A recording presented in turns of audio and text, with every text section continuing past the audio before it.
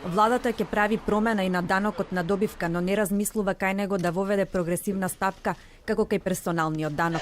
Според Министерството за финансии, стапката на прогресивност кај данокот на доход не е толку важна колку што е важно да се регулира намалувањето на даночната основица. Воведувањето на прогресивен данок на добивка не е толку важно како што се важи некои други работи, а промени кај данокот на добивка. Данокот на добивка е многу посложен данок од персоналниот данок на доход и заради тоа што компаниите имаат многу можности за намалување на даночната основица и за избегнување на таа така наречена повисока стапка, и заради тоа прогресивниот данок на добивка во моментов не е приоритет кога се разгледуваат опциите за промена на данокот на добивка. За разлика од владата, од невладината организација Аналитика бараат итни промени на даночните политики, кои нема да се однесуваат само на персоналецот, туку и на данокот на добивка кај фирмите, кои ќе овозможат оданочување на профитите. Тука посебно нагласуваме прогресивно оданочување на добивката. Главна порака од даночите ги профитите.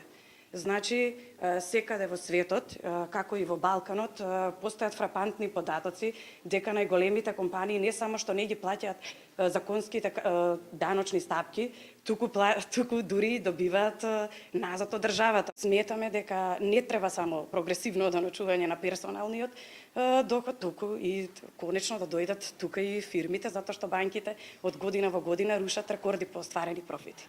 Според заклучоците од истражувањето на Аналитика, потребно е зголемување на транспарентноста на трошењето на јавните пари, како и подобрување на инфраструктурата, но и намалување на трошењето на фосилните горива во транспортот и во енергетиката.